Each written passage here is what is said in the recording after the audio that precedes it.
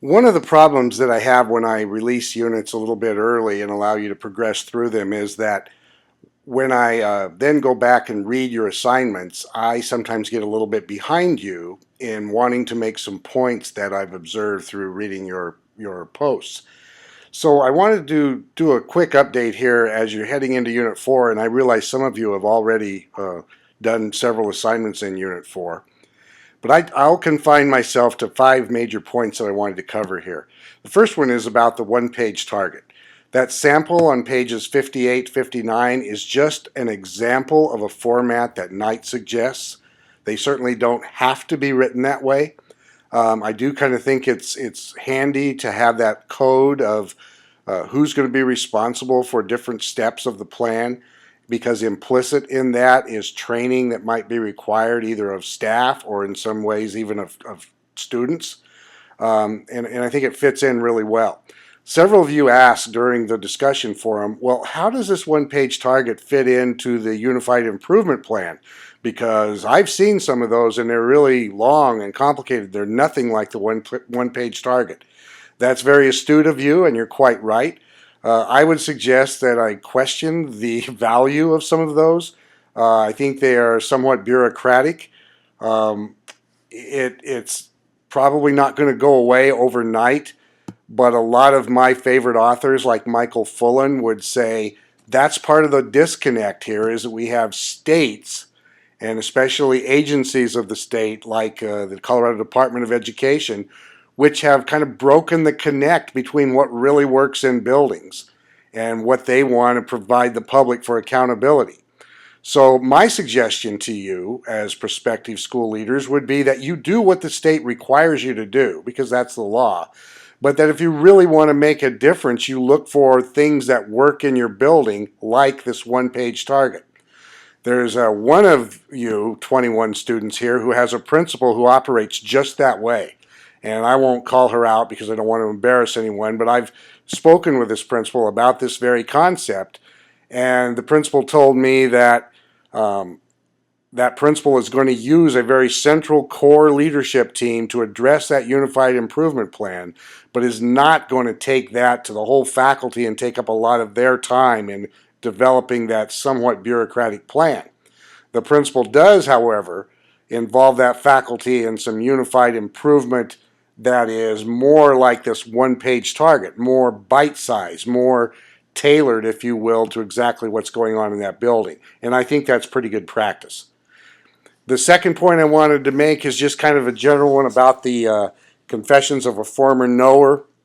I really enjoyed reading what your reflections were about that essay. I'm glad most of you found value in that. I certainly did years ago when I was exposed to it. And I think I found almost the perfect niche for it in this course, in that it fits in so nicely with what Jim Knight writes about, especially in Chapter 3, where he addresses that role of the principalship. I will be very candid with you and tell you that I think one reason the essay resonates so well with me is that I very much was a knower. In my early days as a school administrator, I just felt like I'd fought really hard to gain a lot of knowledge, to gain respect, and to sort of overcome the jock persona, if you will, that some coaches get throughout their careers. And so I took great pride in kind of feeling like I had risen above that.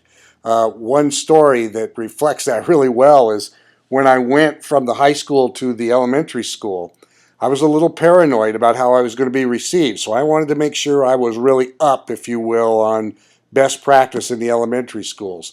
Well, one day early in the school year, a parent stopped me on the playground. And she said, Dave, I have some concern about whole language versus a more fundamental approach to teaching English language skills.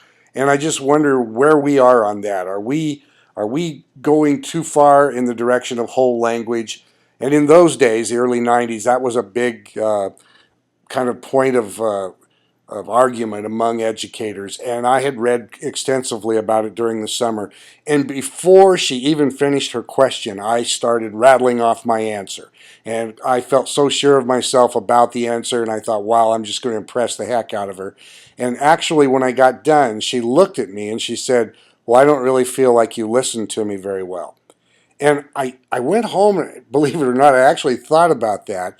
And I realized that there are several reasons that that happened. The primary one is that I was very much a knower, and I couldn't wait to tell people what I knew. But secondly, I process things very well when I hear them, not so well sometimes when I read them. I'm not nearly as good visually as I am audially. So when I hear things from people, bam, I've got it. And I'm already starting to process my answer, and I've really had to discipline myself about that. So in fact, and I got some coaching from a critical friend who helped me with this, in the in later conversations after that, I tried to slow down a little bit. And sometimes I would even say, that's an interesting question, and I want to give a little more thought to that. Can I get back to you? Now, in truth, I really didn't need to do that, but it certainly gave me a better reputation as a listener. And to be honest with you, I think some of my responses became a little more thoughtful and precise. I don't suggest that technique for everybody. Some of you don't even need it. But if you tend to come across as fairly intense and very strong knower, you might just consider softening that a little bit in some way as I've just described. The third point I'd like to make concerns that Big Four principle. I'm going to come back in, I think it's Unit 7, and kind of relate those components of the Big Four to some stuff Marzano has done so that you can see that this is really mainstream thinking. But the term community building among those Big Four has caused some dissension in the past, I guess, for lack of a better word. Knight used to use the term classroom management, and he evolved over the last just few years, actually, to start using that term community building. So when he talks about community building, he's really talking about the things you do to raise student engagement in the classroom. And sometimes that means forming alliances with families. Sometimes that means setting ground rules with your kids about procedures and routines. It's all the things that go into making that class run really smoothly. The fourth point that I'd like to just talk about briefly is that we didn't cover it at all in the prompts that I wrote for you, but I hope you will spend some time with that section of the chapter that Knight calls Making It All Happen, that begins on page 78. It's really pretty good.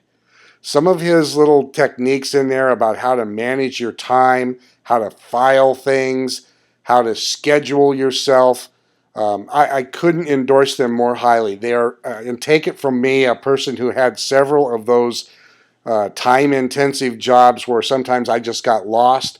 I wish I had had this little section back when I was a practitioner. So please don't just race through that, even though we're now on to chapter 4.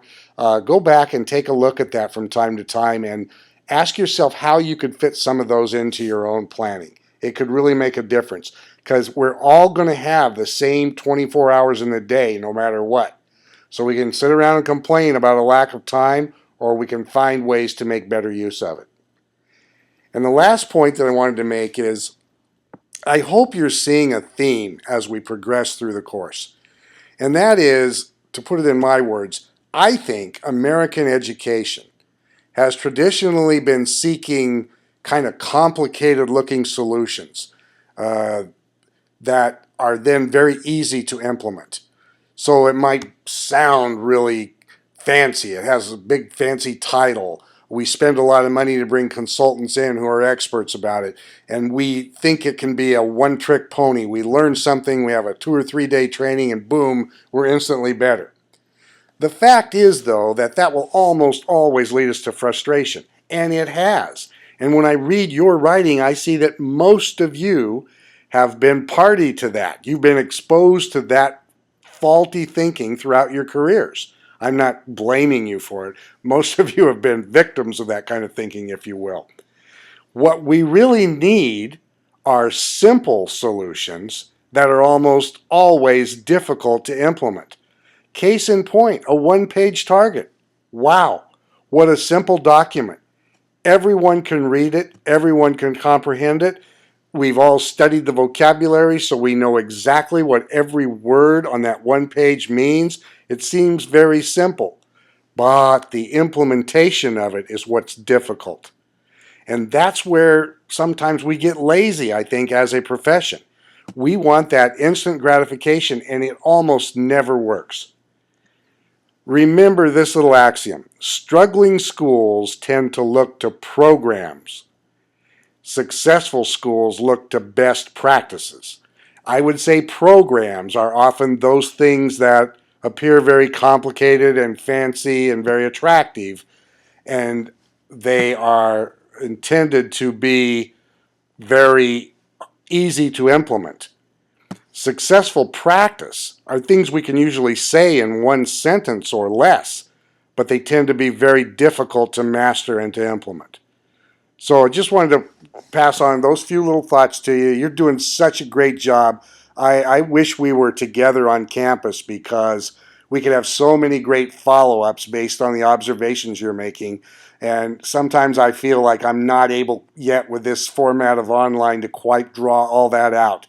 But I hope you're taking the time to read one another's posts, especially on those pertinent passages. There were some great ones last week. I can think of 4 or 5 that I just could not believe how great they were. So please do yourself or give yourself a little treat and go back and look at some of those. Thanks for your attention. Good luck with Unit 4.